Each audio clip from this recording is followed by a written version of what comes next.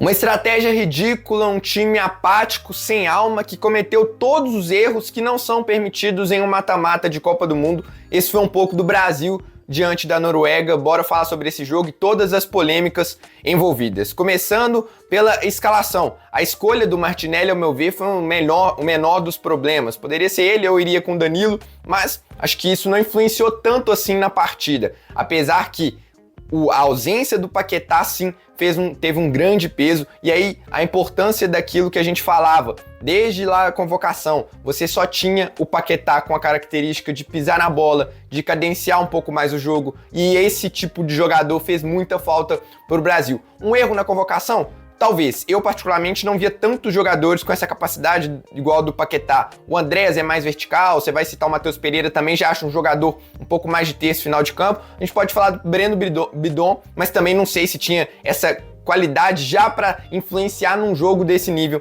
em um mata-mata de Copa do Mundo. Dito isso, o Brasil começa mal a partida, fica 10 minutos vendo a Noruega trocar passes com uma postura muito baixa, um bloco muito reativo, um bloco muito baixo, uma postura totalmente reativa que se estendeu ao longo de todo o jogo, e a Noruega levando vantagens tanto na primeira bola, porque quebrava todas no Solov, que tem 1,95 m, para cima do Douglas Santos, era uma disputa, era uma vantagem física muito grande, não tinha nada que o Douglas pudesse fazer, e nem mesmo o Ancelotti, porque nesse caso você não tiraria o Douglas para colocar um zagueiro ali, você não tinha o que fazer. Ali era uma vantagem que a Noruega tinha, o Brasil tinha que ficar atento para a segunda bola, e muitas vezes não ficou, e por isso também a Noruega ganhou, ficou muito com a bola nos primeiros 10 minutos. E aí vem um pênalti, a primeira jogada bem construída do Brasil, o Matheus Cunha sofre um pênalti escandaloso, que o árbitro nem tinha que ter sido chamado para ir ao VAR de tão claro que foi, e aí a escolha do Bruno. Para quem não viu, vou explicar aqui que essa decisão se deu pela comissão técnica. Então, isso foi decidido antes do jogo. Na pré-eleição eles chegam e falam, olha, que se tiver um pênalti, o primeiro batedor é você, o segundo é você, o terceiro é você. E segundo o próprio Carlo Ancelotti, os melhores do Brasil, eles fizeram um levantamento estatístico das cobranças de pênalti no último ano. E dentro de campo, o melhor era o Bruno Guimarães. Em todo o elenco, os 3 melhores eram Neymar, Igor, Thiago e Rafinha. Ele não citou o Paquetá, mas eu imagino que também, mas todos estavam fora de campo, por isso a escolha do Bruno. Só que aí você vai ver as cobranças do Bruno e aí do Vini. Em toda a carreira, o Bruno Guimarães cobrou 3 pênaltis no tempo regulamentar, ou seja, sem considerar a disputa de pênaltis. Ele fez 2 e errou 1. O Vini, ele acertou 13 e errou 6, ou seja, são quase 20 cobranças com a camisa do Real Madrid, que é um time muito maior e que tem uma pressão muito maior do que do Newcastle. O aproveitamento do Vini é muito bom? Não, longe disso. Você errar 6 de cobranças de 19 é um percentual ruim, mas você não tendo os especialistas em campo e o Bruno com uma amostragem tão pequena, porque obviamente se você bate 5 pênaltis, provavelmente você vai ter uma possibilidade maior de ter acertado mais. Então, o Bruno não era um especialista.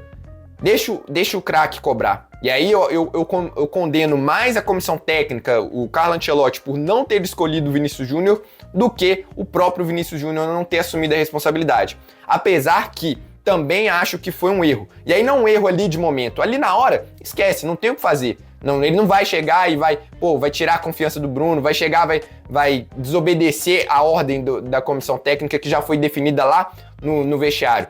O erro do Vini foi chegar no treinamento, sabendo que já tinha sido essa escolha feita pelo Bruno. Ancelotti, se tiver pênalti, eu quero cobrar. O Romário fez isso em 94, o Romário nunca batia pênalti, mas no momento decisivo lá na cobrança de pênaltis, ele sabia que a bronca era dele, ele foi lá e cobrou. Então você tem esses dois lados. O Ancelotti escolher por um cara que não era especialista e tem uma amostragem tão pequena assim, independentemente da estatística no último ano, é um número muito pequeno para você tirar a responsabilidade do seu principal jogador que, de fato, não bate muito bem, mas pelo menos a gente não ficaria nessa, tinha que ser o Vini, tinha que ser o Bruno. Acho que o Vini poderia errar da mesma forma, mas acho que sim teve um erro de escolha nisso aí, faltou mais aquilo que o Ancelotti tem tão bem, né? Às vezes futebol não é só número. Beleza, dito isso, passou o Brasil continuou mal no jogo, transições defensivas muito mal feitas, lances parecidos com o do Marrocos, às vezes ficava Vini, Cunha e Martinelli, quando o Brasil perdia a bola e uma demora gigantesca para recompor, um time muito espaçado e quando tinha a bola, criava muito pouco. A primeira chegada do Brasil com mais perigo foi com o Vini aos 17 minutos de jogo e depois um contra-ataque com o Matheus Cunha aos 23, que ele tenta, o Vini estava até pedindo a bola, eu acho que foi uma escolha justa do Matheus Cunha, ele confiou no próprio taco, mas perdeu no corpo pro zagueiro da Noruega. E aí depois o Brasil até melhora um pouco no jogo, por volta ali dos 20, 25, o Brasil cresce um pouco mais, para de deixar tanto espaço para a Noruega, e a Noruega não chega mais em nenhum momento no primeiro tempo. Pelo contrário, é o Brasil quem chega aos 29, aquela tabelinha do Vini com o Martinelli, mas em momento nenhum, assim, teve um amplo domínio de nenhum dos dois lados, tá? De nenhum dos dois lados. Se o Brasil também não conseguiu implementar o ritmo de jogo, alternou muito. Tinha hora que a Noruega chegava, isso durante todo o jogo. Não foi um jogo de um time só, longe disso. E aí, e o Brasil também pouquíssimas vezes tentando a saída por baixo, né? Pouquíssimas vezes, e aí uma estratégia também totalmente equivocada, porque já que você não tinha alternativa de sair por baixo, o que você fazia? Bola longa. E aí bola longa para Vinícius Júnior, Matheus Cunha, Ryan disputar com os gigantes da Noruega, o Brasil perdia a bola o tempo inteiro e por isso que teve uma posse de bola tão pequena assim. A única roubada no campo de ataque foi aos 39 minutos do primeiro tempo, o Vini consegue roubar a bola do Odegaard ali na entrada da área, recebe do Martinelli e finaliza com perigo para a defesa do Nila. Então, o Brasil cria, também deixou a Noruega criar, lembrando que também tiveram um gol anulado lá no começo, que já mostrava o perigo da Noruega, mas eu já vou até adiantar esse tema aqui. Essa foi a única roubada de bola no campo de ataque do Brasil, durante todo o jogo, ou pelo menos que gerou perigo ali, que foi essa aos 39 minutos do primeiro tempo. E aí, algo que não entra na minha cabeça, e a gente vai ficar matutando isso até o Ancelotti explicar essa postura ridícula. Na verdade, ele até falou, né, que não queria dar espaço pro Haaland correr, mas o Brasil abdicou da principal arma que teve durante toda a Copa do Mundo. Como que saíam os gols do Brasil nos outros jogos? Roubada de bola no campo de ataque. O que você faz? Vou recuar o time, porque o Haaland, senão o Haaland vai atacar as costas do meu zagueiro. E aí você tira a principal arma do Brasil, que era a roubada de bola no campo de ataque. Era o que a gente estava elogiando. Claro, te deixa mais exposto, mas te deixa mais próximo do gol também. E aí, isso foi uma postura, para mim, medrosa do Ancelotti, de deixar a bola com a Noruega. Beleza, não tem problema. O Brasil jogou sem bola contra outros times também, mas pressionava em alguns momentos. E contra a Noruega, não. O tempo inteiro, esse bloco baixo, morno, sem intensidade, sem pegada, sem tentar roubar a bola no campo de ataque quase em momento nenhum. Enfim, fomos pro segundo tempo, de novo, muita bola longa. O Brasil vê a Noruega jogar nos 8 minutos. E aí vem o melhor momento do Brasil no jogo praticamente, que é ali a partir dos 8, 10 minutos ali, o Brasil cria. O Vini faz uma bela jogada na esquerda, que ele dá uma caneta no cara e a bola vai para escanteio. Aí aos 13 é a bola do Endrick. E aí o que aconteceu com esse lance do Endrick? Ele dominou errado. Por quê? Porque essa bola ela veio de uma forma que pro destro, ali provavelmente se é o Matheus Cunha, que aí eu não sei nem se estaria ali porque o Matheus Cunha joga mais recuado, mas seria mais fácil pro destro. E aí é uma deficiência do Endrick não saber jogar com a perna direita. Esse domínio dele era com a perna direita. Ele tinha que ter botado a bola pra frente com a perna direita e aí depois ele poderia posicionar com a perna esquerda. Acho que a melhor alternativa seria qual? Já que ele não tem tanta confiança na perna direita, tava muito difícil dele ajeitar a perna, dele ajeitar o posicionamento do corpo para finalizar com a esquerda. E eu acho que ele poderia ter deixado a bola passar, domina com a direita, adianta ela, e aí de frente pro goleiro, ele poderia ter driblado pra direita, porque o Niland, ele já sai caindo e totalmente com o corpo jogado pro lado que o Endrick finaliza. Se o Endrick faz o corte, para depois o lance e pega pra ver, ele poderia ter cortado. Claro, tô pedindo o fino ali, o retoque do fino mas é porque eu acho que o Endrick tem qualidade para fazer isso, e eu não vou crucificar só ele, tá? Eu tô citando aqui, vou citar todos os erros de todo mundo aqui, eu acho que é muito ruim essa cultura do brasileiro de ficar querendo culpar uma pessoa só, mas sim, o Endrick errou o domínio, errou um gol que não pode perder em uma Copa do Mundo, por isso que eu falei no começo do vídeo. Errou tudo que não podia, errou pênalti, teve chance clara, deu chance pro melhor jogador dos caras. Então o Brasil fez tudo aquilo que uma Copa do Mundo condena. Então foi uma eliminação muito merecida. Mas enfim, e aí depois dessa jogada do Endrick, o Ryan ainda exige mais uma bela defesa do Nyland ali por volta dos 16 minutos, e a Noruega chega em 2 cruzamentos muito perigosos e muito parecidos com o do primeiro gol do Haaland, lá da ponta esquerda. Vem 2 cruzamentos que o Haaland não alcança assim por questão de centímetros. Ou seja, o Brasil já tinha sido ameaçado na mesma tipo de jogada que a Noruega faz o gol com o Haaland. E aí, por volta dos 22 minutos, o Ancelotti coloca o Neymar e o Danilo nos lugares do Ryan e do Martinelli. E aí, mais um erro do Ancelotti. Vocês sabem que eu defendi a convocação do Neymar, o quanto que eu sou fã dele por tudo que ele já fez, e o quanto que eu achava importante ter um jogador como ele, com as características que ele tinha no elenco. Por exemplo, contra o Japão, eu condenei a não entrada do Neymar. O Martinelli fez gol, mas eu acho que ali era um jogo pro Neymar. Por quê? Porque o Brasil tinha a bola, não precisava marcar pressão o tempo inteiro e enfrentava uma defesa muito fechada. Contra a Noruega, qual que era o maior problema? O Brasil não tinha a bola, não conseguia pressionar na frente. Aí o que você faz? Você coloca o Neymar, que é o pior de todos, pressionando na frente, e ainda joga o Endrick para cobrir na direita. Então assim, eu não vi sentido em colocar o Neymar nesse jogo, porque qual que é a principal qualidade do Neymar? Não é em transição, não é buscar a bola no campo de ataque, não é intensidade, não. É achar passes que dificilmente outros acham. Só que o jogo não tinha isso, porque o Brasil não ficava com a bola. Então, não fez muito sentido. Ele coloca o Danilo meio que para compensar, né? Porque senão ele ia ficar com 4 atacantes e os 4 muito ofensivos, com exceção do Martinelli. E a entrada do Danilo, assim, até ok. Acho que poderia ter colocado ele no lugar do Martinelli de toda forma, independentemente da entrada do Neymar ou não. Mas eu acho que ele errou muito em ter colocado o Neymar nesse momento específico do jogo, tá? Eu acho que não era jogo pro Neymar ter entrado nesse tipo de... E assim, nem acho que a eliminação passou por isso não, tá? Eu acho que o Brasil teve a postura, eu vou falar disso daqui a pouco, a postura foi muito mais errada, mas eu tô citando aqui, de novo, erro por erro. Não é que o Neymar entrou e a eliminação é culpa dele, não, mas foi um dos erros ter colocado o Neymar, ou pelo menos se não foi um erro, também não foi um acerto, não foi uma mudança que impactou positivamente o Brasil. E pelo contrário, né, porque, por exemplo, o primeiro gol sai lá na direita. Não, eu acho que é muito adivinhação a gente querer falar que se tivesse o Ryan no lugar do Endrick, o jogador não ia driblar, porque o Ryan marca um pouco melhor do que o Endrick. Poderia ter driblado da mesma forma, então por isso que eu falo que a entrada do Neymar não gera uma consequência, assim, não dá pra gente afirmar isso. Mas enfim, o primeiro gol da Noruega sai desse drible, que aí gera superioridade, o Schjelderup, não sei falar exatamente a pronúncia dele, do nome dele, mas ele dribla o Endrick, fica no 1 contra 1 com o Danilo, e cruza muito bem pro Haaland, que aí, cara, é um monstro, a gente sabia, assim, todo mundo falou, pô, o gol da Noruega tá garantido, a parada é a gente fazer 2. E aí vem o gol que todo mundo já esperava. Gabriel Magalhães poderia ter ido melhor? Poderia ter marcado um pouco mais perto, ele ficou olhando pra bola, poderia ter tentado antecipar, poderia ter segurado um pouco mais o Haaland, poderia ter usado mais o corpo, enfim, poderia ter feito outras coisas, mas eu acho que ali é mais mérito de um cara que é um dos melhores centroavantes do mundo do que um demérito do Magalhães, que, de novo, poderia ter ido melhor, mas não acho que esse foi o grande problema, não. E aí o Brasil totalmente abalado psicologicamente e começa ali uma pequena pressão, aí sim, a partir do primeiro gol da Noruega o Brasil fica com a bola, mas ali já era muito tarde.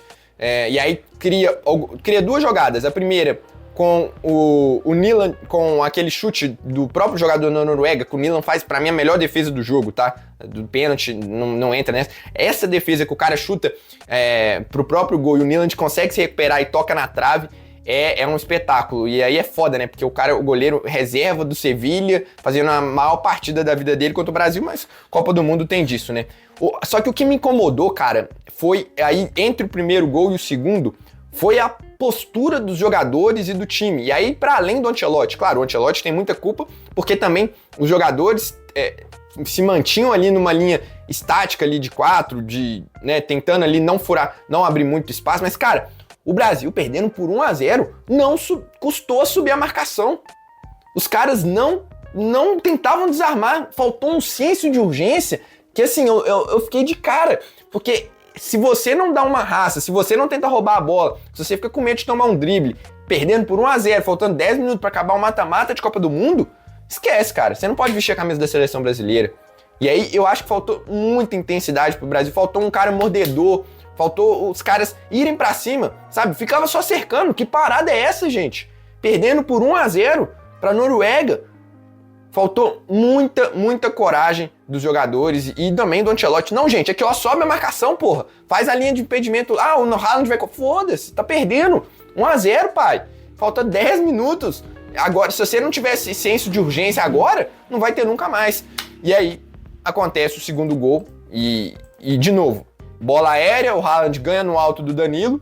E aí, o Danilo, o Marquinhos e o Ederson ficam olhando pro Schneider, os três olhando pra bola, e o Haaland lá do lado. O Gabriel Magalhães poderia ter encostado de novo um pouco mais, mas o Danilo também poderia, o Ederson também poderia. Ficou 3 caras olhando pra quem tava com a bola, só o Magalhães olhando a distância pro Haaland, e aí o cara, com 3 toques, fez aquilo que fez, né? Impressionante, não precisou nem pegar a distância pra finalizar, uma finalização belíssima, me lembrou muito aquele chute do De Bruyne, indefensável.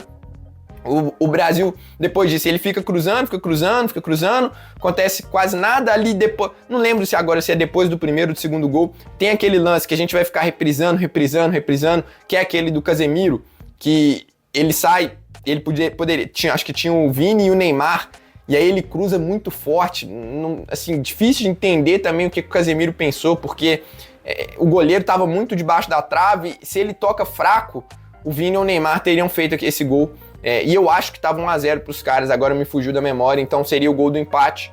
Mas aí o Brasil ficou cruzando, porque não tinha alternativa, né? Ficou cruzando e aí, obviamente, os noruegueses, com o tamanho que eles tinham, o Brasil também com um time muito baixo ali, Neymar, que também não tinha nenhum especialista em bola aérea, né? O Igor Thiago, que era o melhor, não podia entrar porque o Brasil já tinha feito as 3 pausas para substituição. Ficou nessa, cruzamento, aí acha o pênalti, né? E aí eu quero falar sobre a postura do Neymar também, tanto no pênalti quanto do cartão amarelo. Do cartão amarelo, cara, sinceramente, eu não condeno muito não, porque eu tava vendo ali, eu falei, pô, será que o Odegaard realmente deu uma provocada? E de fato, se você prestar atenção ali nos minutos ali antes do Neymar fazer a falta, o Odegaard dá uma pedalada em cima da bola, ele tenta um toque de letra, e assim, eu acho que ali você mostra um pouco de indignação, sabe? Pô, quem joga bola sabe, pô, você tá nervoso ali, você tá perdendo. Assim, não precisava, mas assim, eu ainda entendo ali a indignação do Neymar de ficar puto com o cara, de querer dar um pontapé nele pra não sair, né, falar assim, pelo menos eu dei uma pegada no cara ali que tava provocando a gente. Tá, assim, não precisava, mas também, pô. Agora, a postura do Neymar no pênalti foi um negócio que me deixou tão indignado, cara, e porque eu sou tão fã do Neymar que o ego dele, ele foi tão grande, cara, que me incomodou, assim, demais, porque o Brasil tava perdendo por 2-0, faltando 1 minuto pra acabar o jogo, e qual que é a primeira preocupação do Neymar? Provocar o goleiro porque ele disse que ia pegar o pênalti dele. Não é pegar a bola e correr pro meio de campo, chamar o time, não. É provocar o goleiro, falar que ele fala demais. Irmão, você tá sendo eliminado pra Noruega. Que você tá provocando o goleiro, Neymar? Que foi isso, mano? Que ego que é esse, velho? Interessa se você marcou o pênalti, mudou nada. Se é o gol do empate, beleza, irmão. Você cresce lá e tal. E até antes de você fazer o pênalti, aí beleza, tem que ficar trocando ali mesmo. Fala assim, igual você falou lá, escolhe o pênalti aí, eu vou fazer. É o jogo mental, beleza. Agora, depois que você fez o pênalti, esquece o cara, velho. Você tá perdendo, tá sendo eliminado, sua última Copa do Mundo. Olha a memória que a gente vai ter do Neymar, cara. Que no último, era pra gente pelo menos falar assim, fez o gol ali, né? O Neymar ali, pelo menos o pênalti, ele fez. Não, a gente vai lembrar que o cara, no 1 minuto que faltava, ele preferiu provocar o goleiro do que pegar a bola e ir pro meio de campo. Não, assim, desculpa, velho, mas não dá, postura ridícula. E, de novo, Neymar, pra mim, foi um dos menores dos culpados aqui nessa eliminação, tá? Ele até tem uma jogada ali que ele dribla, cara, e aí ele tinha que ter finalizado de esquerda, ele corta pro meio de novo. Eu acho que a entrada eu acho que o Brasil ia perder de toda forma, tá? Com ou sem Neymar. Mas eu não teria colocado o Neymar, essa postura dele me incomodou, mas de novo, também me incomoda esse fato de a gente querer responsabilizar o Neymar por tudo, sendo que o time como um todo, o Endrick perdeu o pênalti, o Endrick perdeu a chance, o Ancelotti foi ridículo, a gente deu espaço pro Haaland, teve uma série de erros. Se você fizer uma escala assim de erros de problemas do Brasil contra a Noruega, o Neymar ali vai estar ali em quinto, em sexto, tá longe de ser o maior culpado da eliminação. Dito isso, temos que criticar quando tem que criticar. Individualmente, alguém se salvou? Cara, eu acho que o Alisson fez o que dava pra fazer. A defesa dele contra o Odegaard, ninguém vai valorizar, mas foi uma defesaça, porque o posicionamento dele é muito bom. Ele sai ali num 1 contra 1, fecha totalmente o ângulo do Odegaard. No segundo tempo ele faz outra defesa. Os gols que ele sofreu, indefensáveis, não tinha o que fazer, então acho que o Alisson fez o que dava pra fazer. O Douglas Santos, provavelmente, com a bola rolando, foi o melhor do time em campo, não errou nada. Impressionante a partida do Douglas Santos, de novo, né? O cara mais regular da seleção, talvez, nessa Copa, ao lado do Vinícius Júnior. É impressionante como é que ele foi muito certo nas ações dele. Não errou passe, não errou domínio. Defensivamente, perdeu no alto, mas é porque também não tinha o que fazer. Quando ele ficava ali no contra um contra o Sorloth, ele se virava contra um gigante. Então, assim, por mais Douglas Santos na seleção brasileira, por mais caras que valorizam, que fazem o básico, mas que mostram raça, que praticamente não erram, e eu valorizo muito isso no futebol. Claro, você tem que ter caras que erram, por exemplo, como o Vinícius Júnior, que vai tentar 1, 2, 3, o Neymar. Claro, é isso que faz o futebol, mas você também precisa de caras para recompor, para mostrar, para fazer o feijão com arroz, né, que a gente tanto falou do Douglas Santos. Ryan, dentro da medida do possível, achei que ele foi bem também, assim, jogo médio, razoável. O Vini, eu vi muita gente culpando o Vini, mas o Vini foi o que mais tentou, cara.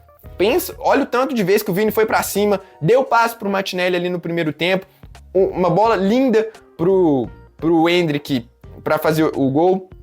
No segundo tempo ele participa da jogada que gera aquela bola lá pro Casemiro, participa de outras, ele ganha alguns duelos ali na ponta. Eu acho que o Vini fez o que dava, cara.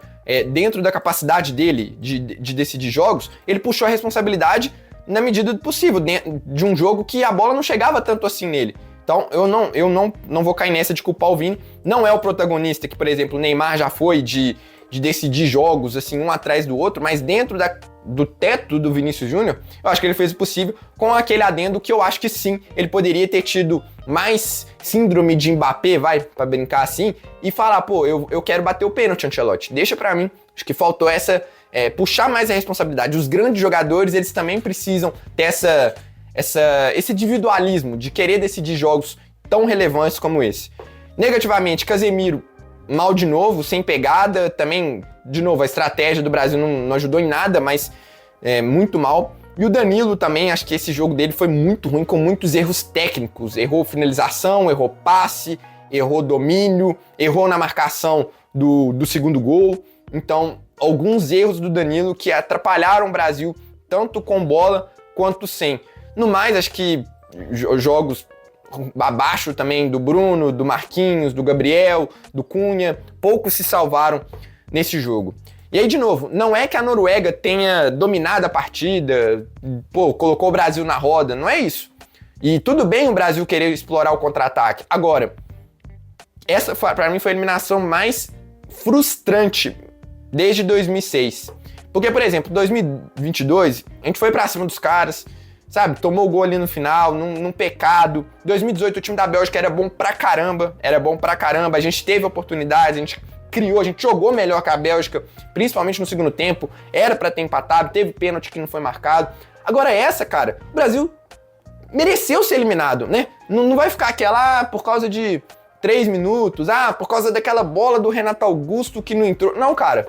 Dessa vez o Brasil mereceu ser eliminado, porque não jogou como o Brasil. Perdeu a principal identidade, que era roubar a bola no campo de ataque, ser um time vertical, que, beleza, no Brasil não vai ser a Espanha, Portugal, que vai ficar trocando a bola, vai criar, tal, não vai envolver outro time, beleza, futebol tem estratégia, mas você não pode abdicar daquilo que você faz melhor, porque você tá com medo do Haaland de atacar as costas do seu zagueiro. Não, Ancelotti.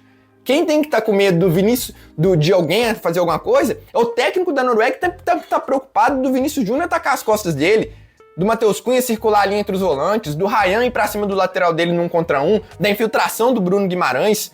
O time do Brasil... O mais doloroso, cara, que por mais que essa geração da Noruega seja muito boa, o time deles não era melhor do que o do Brasil. Qual que era a principal fragilidade da Noruega? A defesa. E aí, por que a gente criou tanto? Porque a defesa da Noruega era ruim também. E aí, o que você faz? Você deixa os caras ficarem com a bola, você cria uma defesa pra Noruega, porque quem tem a bola não é atacado. Então, o que a Noruega fazia? Tô com a bola aqui, não tô criando muito, mas eu também não tô sofrendo nenhum ataque. Então, cara, a postura diante de um time como o da Noruega, que você precisava ter explorado mais as costas dos zagueiros, precisava ter, sabe, pressionado mais os zagueiros, poderia ter roubado mais bolas no campo de ataque, aí você simplesmente deu a bola pros caras por medo do Haaland de atacar as costas do seu zagueiro. Beleza, era um perigo, mas era um perigo de todo jeito, tanto é que a postura baixa aí, ó, não adiantou nada, sabe? Então, assim, é muito frustrante, cara, muito decepcionante por isso, pela postura, tanto do Ancelotti, de uma estratégia totalmente equivocada, na minha opinião. E aí, de novo, pô, claro, o cara não é multicampeão à toa, entende de bola pra caramba, mas eu também, né, todo mundo tem o direito de opinar, que senão também, aí esquece, né, se a gente não puder opinar, aí pode largar. E, de novo, não é porque ele acertou, por exemplo, contra o Japão, que ele fez mudanças que a gente não faria, que ele acertou, né, mas assim, se mostrou certo naquele momento, mas é muito decepcionante, não sou daqueles que defende que o Ancelotti tem que ser demitido, não, cara, o Guardiola já errou em semifinal de Champions, esses grandes treinadores também erram, só que Copa do Mundo não permite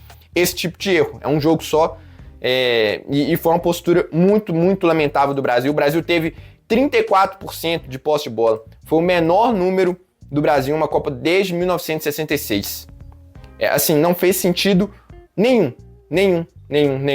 essa postura do Brasil. E pra fechar, cara, não poderia deixar de citar também o ciclo totalmente mal feito pela CBF. Por que o Ancelotti convocou muitos jogadores mais velhos, mais experientes, que às vezes talvez não seriam a melhor escolha? Porque ele não teve tempo pra testar ninguém, cara. Não teve tempo. As melhores opções talvez que a gente tinha era aquilo, pô, eu vou aqui no jovem que às vezes tá melhor, mas que não tem experiência nenhuma, eu vou aqui na segurança do que eu sei que vai me entregar. E ele teve que escolher segurança porque ele não teve tempo nenhum pra testar outros jogadores. Então a CBF tem muita culpa no cartório por ter demorado tanto a achar um técnico naquele processo de colocar Ramon. Foi muita coisa errada nesse ciclo. Não é o fim, mas assim, é muita coisa pra refletir, pra ver o que tá acontecendo, porque não é normal também o Brasil ser eliminado para 3 seleções medianas, né? Bélgica, Croácia e Noruega.